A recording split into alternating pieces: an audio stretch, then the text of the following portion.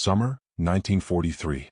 The air over Sicily was heavy with the smell of dust and ripe olives, the kind of heat that pressed down on men until their shirts clung like wet rags.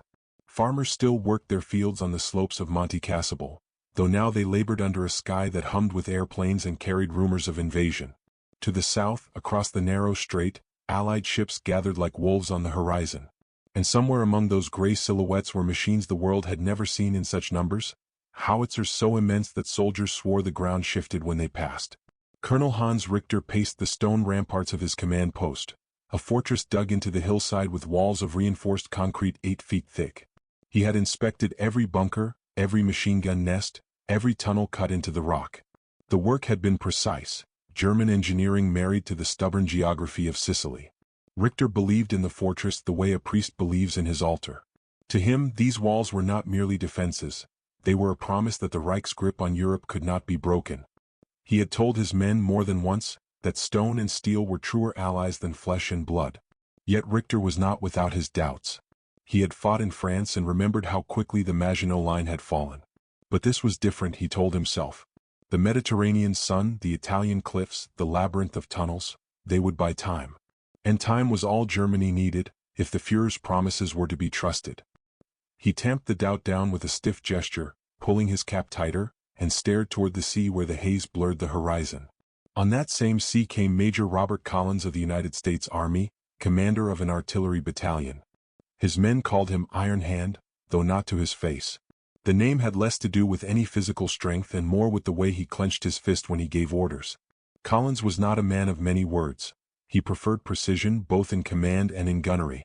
Yet when he first saw the 270mm howitzer being rolled onto Sicilian soil, dragged by tractors like some lumbering prehistoric beast, even he allowed himself a grin. "They build castles," he muttered to his adjutant. "We bring the castle breakers."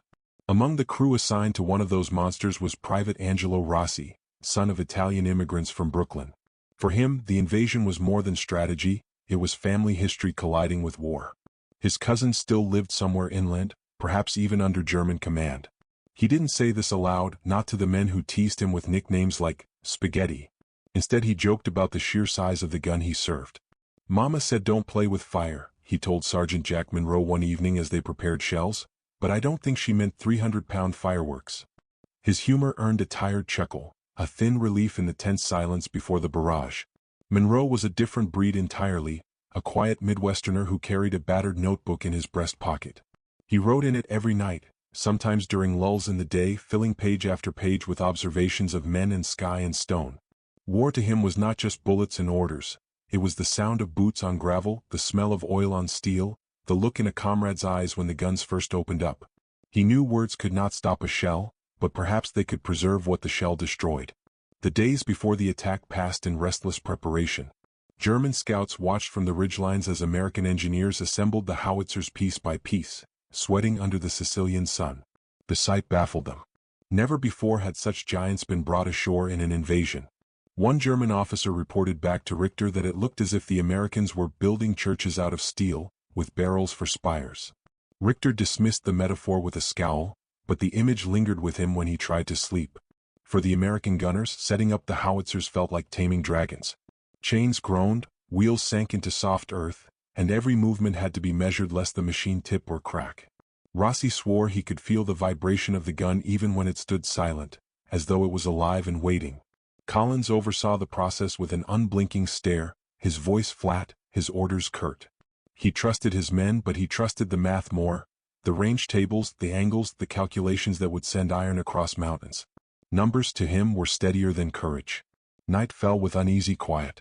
From their bunkers, German soldiers smoked in silence, listening to the faint clatter of machinery from the valley below. Some joked that the Americans were building railroads. Others muttered that these were siege guns, the kind used against cities. Richter said little, only reminded them that their walls were thick, their positions strong, and their duty clear. Yet when he turned away, his jaw tightened, and he muttered to himself a phrase he had once heard from an old French officer. "Every wall has a crack. One only needs the right hammer." The hammer came at dawn. It began with a single shot, a distant thud that rolled like thunder across the hills. Soldiers on both sides looked skyward as if expecting the heavens to split. Then came the whistle, a sound so sharp it seemed to tear the air itself, followed by an impact that shook the mountain. Dust billowed out of a German bunker's firing slit. Inside, men coughed and staggered as concrete rained from the ceiling. Within minutes, a rhythm established itself: thud, whistle, crash, dust, like a drumbeat marking the fall of stone empires. Rossi covered his ears despite the cotton stuffed inside them, laughing nervously as the recoil nearly knocked him off his feet. "Mama would faint if she saw this," he shouted to Monroe, who scribbled furiously in his notebook between blasts. Collins stood like a conductor at the head of an orchestra, his arm rising and falling with each command, his face unreadable. Inside the fortress, Richter steadied himself against a wall as the ground heaved. He barked orders, moved men to reinforce crumbling corridors, but he could feel it, the illusion of permanence slipping away. He thought of the Maginot Line again, of how quickly stone could betray its makers. He tasted grit on his tongue and wondered if it was only dust or the first bitter hint of defeat. The barrage did not cease, it grew.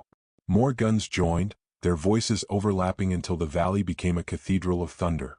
Civilians miles away clutched their children, thinking the volcano had awakened. Farmers abandoned their fields, livestock scattered, church bells fell silent. Even the cicadas stopped. As the sun climbed higher, the first fortress wall split. A crack jagged across its surface like lightning frozen in stone. Richter stared at it, unable to speak. His fortress, his altar, his faith in concrete, it was bleeding dust into the wind. He turned to his adjutant and whispered words he never meant his men to hear: "Stone is only dust, waiting for the hammer." The hammer fell again and the wall collapsed. By evening, the hillside that had once bristled with German pride lay pockmarked and broken, smoke rising from holes where bunkers had been. The howitzers stood silent now, their barrels still warm, their crews exhausted but triumphant. Rossi leaned against a shell crate, sweat streaking his face, and muttered, "If Mama asks, I'll just tell her I lit a big candle for freedom." Monroe closed his notebook and stared at the horizon, where the sun bled into the sea.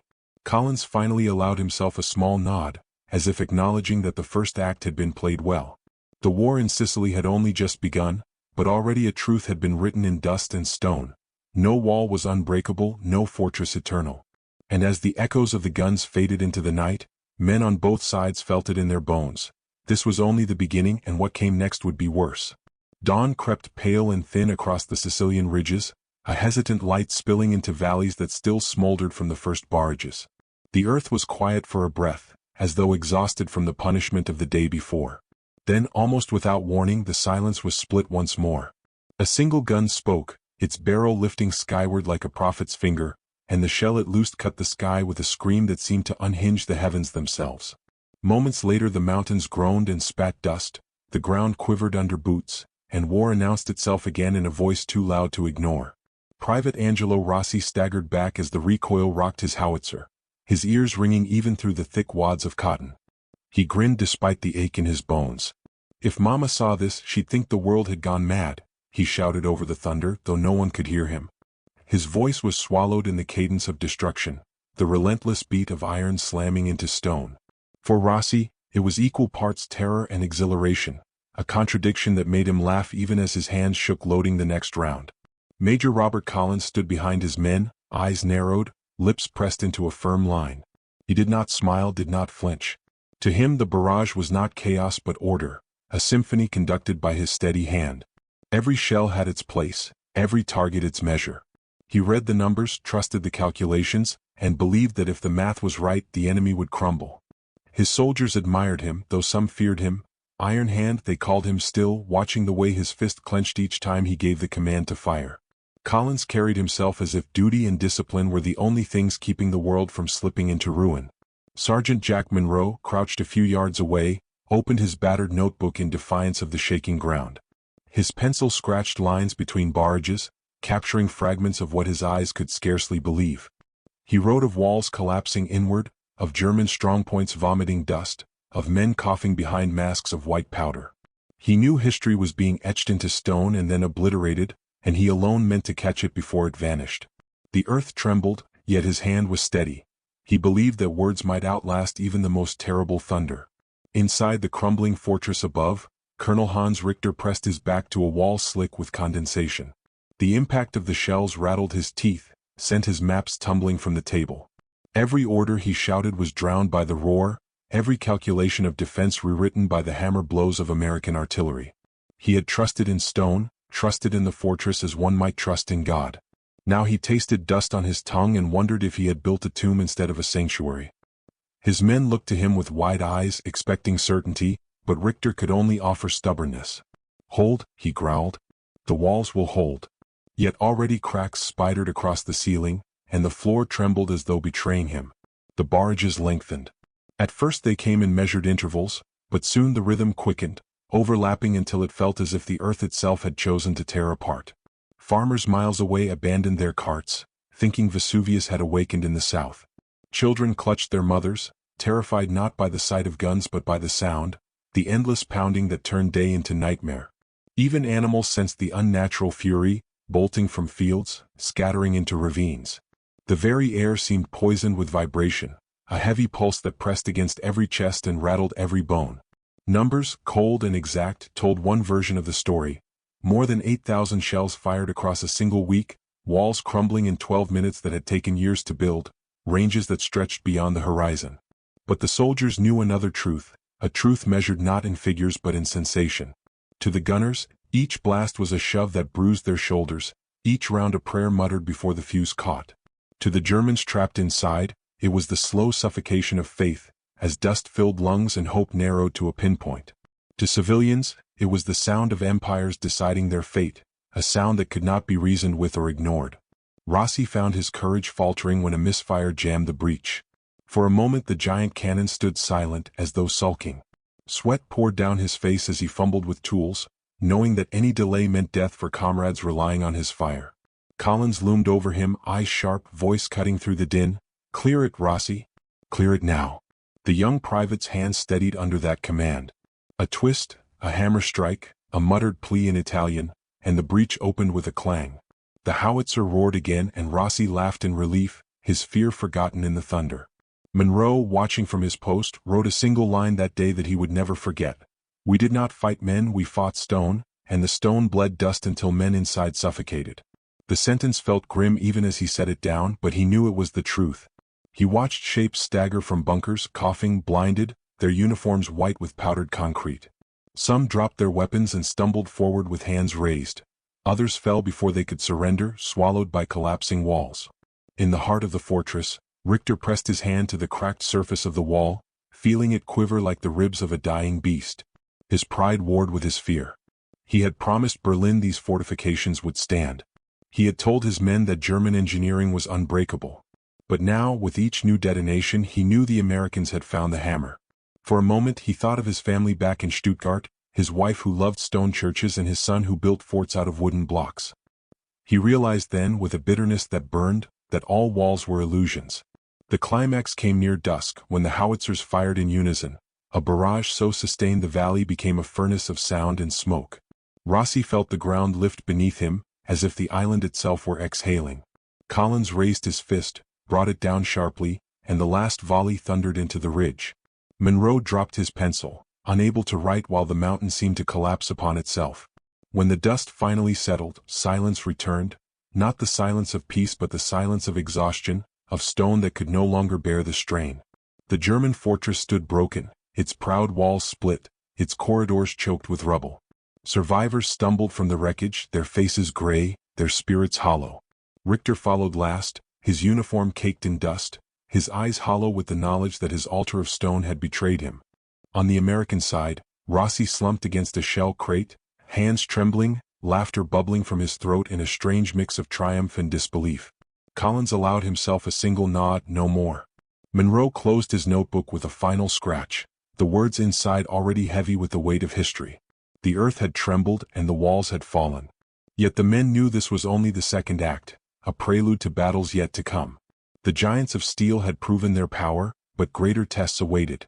And somewhere in the settling dust lingered a question none dared speak aloud. If walls could fall so easily, what else might crumble before the war was through? The fortress lay in ruins, its broken walls still smoking when the gunners packed their equipment and prepared to move inland. Dust clung to their uniforms and hair, and every man carried the ringing echo of the barrage in his skull. The destruction had been decisive, yet the mood among the soldiers was not triumph alone. It was something stranger, a grim acknowledgement that they had seen what stone looked like when it surrendered.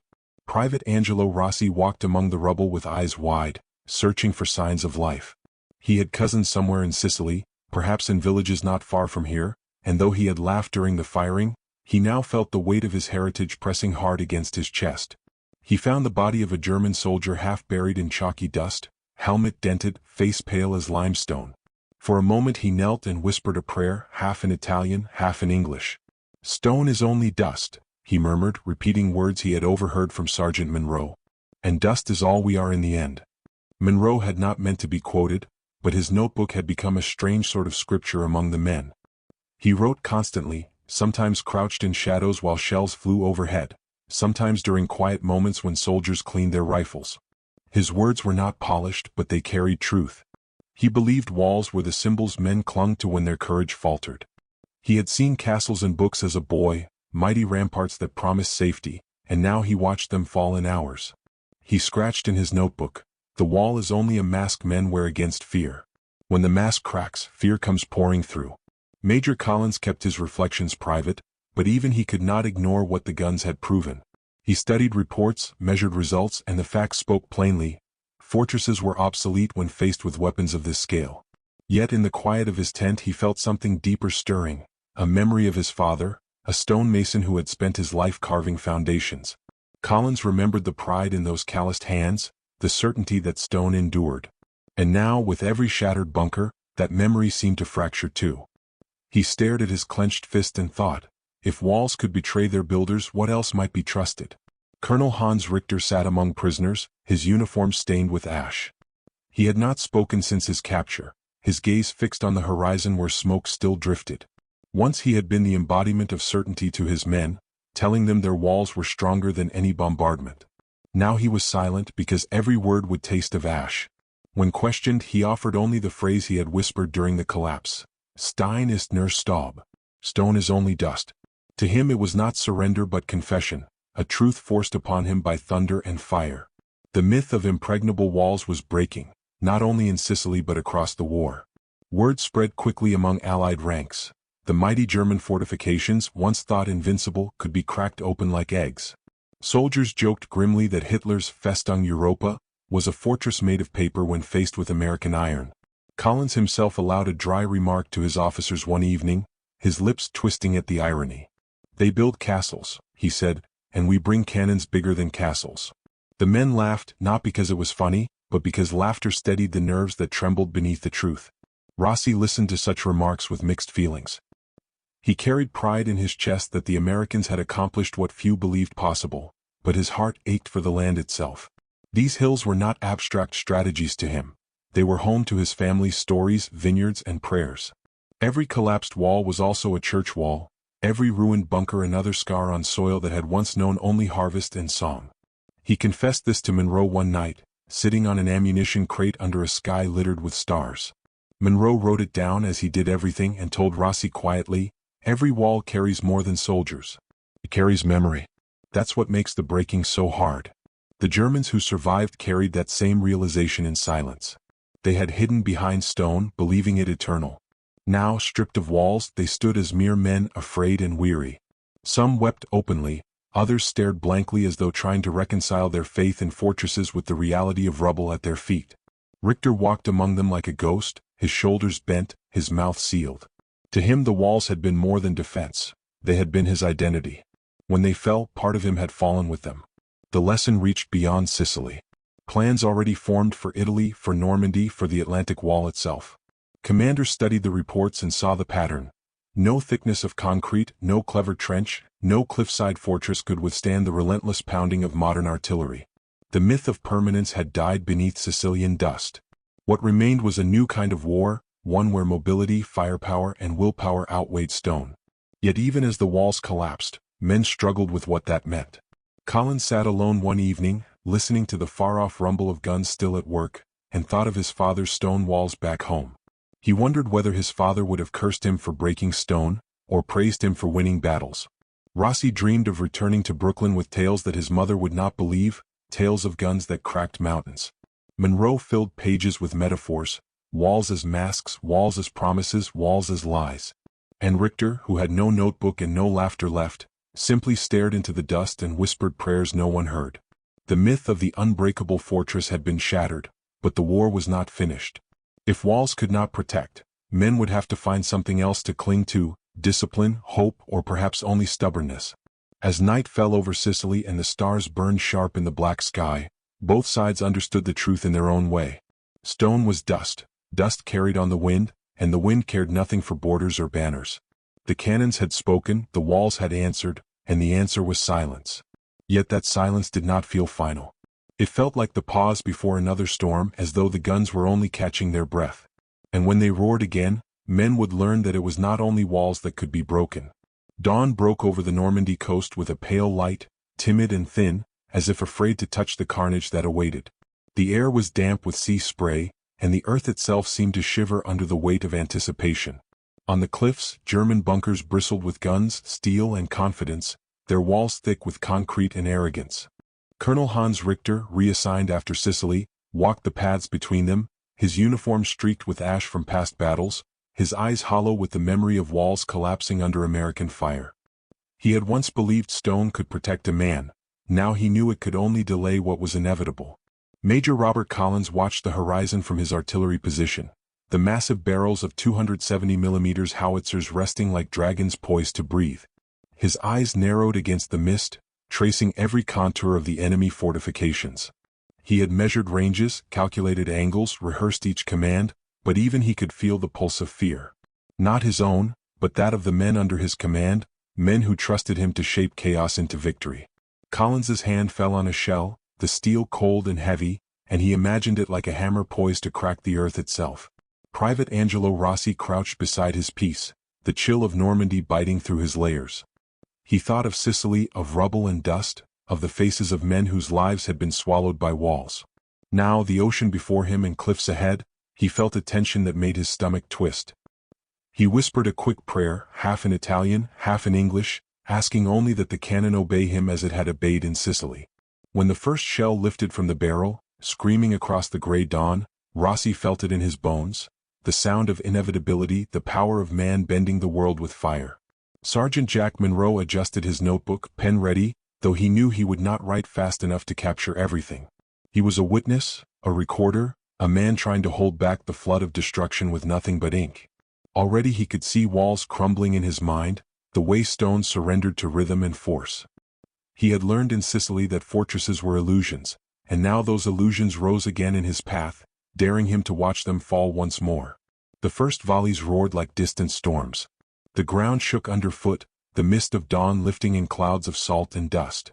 German soldiers shouted orders, their voices muffled by the concussion, while inside the bunkers Richter barked instructions that would fall on ears deafened by iron thunder. One shell struck a forward observation post, sending splinters of concrete and steel like sparks from a forge. Richter's stomach lurched, a bitter mixture of fear and recognition. He had seen this before in Sicily, yet the scale here was monstrous. Every wall was a challenge now, every gun a question. Could steel and stone withstand determination? Rossi's hands moved with practiced speed, feeding shells into the waiting mouth of the cannon. The recoil battered his shoulders, but he felt alive in a way the roar of the sea could not provide. He caught glimpses of the German defenders, men peering from slits, eyes wide as if they knew they were witnessing their own undoing. Rossi wondered if they felt the same mix of terror and awe that he had felt in Sicily. Each shell that screamed overhead carried that question, and each impact answered it with dust and ruin. Collins gave commands in clipped tones, the calm center of the storm. Adjust 30 seconds. Fire at grid 7-2, he barked. Every order sent a ripple through the men, every calculation bending reality to his will. He had long believed numbers could conquer fear, that math was a weapon as precise as any cannon. Yet as the walls shattered, he felt a pang he could not quantify, the weight of lives caught between shell and rubble, courage and panic. He clenched his jaw and reminded himself it was war, and war demanded sacrifices not measured in comfort but in necessity. Inside the fortifications, Richter's men scrambled for cover. Smoke and dust filled every corridor, the scent of gunpowder mingled with crushed concrete. He shouted over the din, trying to rally men, but the noise, the shaking, the fury of American artillery drowned his words. He felt his authority slipping with every impact, the fortress he had defended with such pride reduced to a skeleton of shattered walls. For a moment, he pressed his hand to a broken beam and murmured, "Stone is only dust," the bitter truth echoing through the ruin. The Americans pressed forward with relentless precision. Every volley tore new cracks, every shell weakened walls that had seemed eternal. Rossi's muscles ached, sweat mixing with the grime on his face, but he did not stop. Monroe scribbled furiously, trying to capture a truth he knew would haunt him. The earth itself was yielding to human will, and men were both architects and destroyers of destiny. Collins, standing tall against the morning wind, felt the rhythm of the battle in his bones, a terrifying cadence that promised triumph but demanded everything in return. The climax came as a final synchronized strike was ordered. The 270mm guns fired in unison, a rolling thunder that seemed to tear Normandy itself apart. Walls split, roofs caved, and defenders were thrown from positions they had counted on to survive. Richter watched helplessly as the last bastion of his confidence collapsed in a cloud of smoke and dust. He fell to his knees, not in surrender but in awe, the weight of inevitability pressing upon him. Every calculation, every plan, every fortress proved fragile against the relentless rhythm of iron and determination. When the smoke cleared, silence settled over the cliffs, heavy and final. The fortresses that had bristled with German pride were nothing but rubble and memory. Collins lowered his fist, allowing himself a single nod, a private acknowledgement of what had been accomplished. Rossi slumped against the barrel, his laughter dry and bitter, tasting freedom in the wreckage. Monroe closed his notebook, the pages heavy with truth and witness, aware that history had been etched in stone and dust alike. Richter remained on his knees, staring at what had been, and perhaps understanding what would always be. Walls could be built, walls could be defended, but nothing could withstand time, fire, and will combined. And as the sun burned through the morning mist, it illuminated a battlefield not just of men and steel, but of illusions shattered, courage tested, and the relentless power of human determination.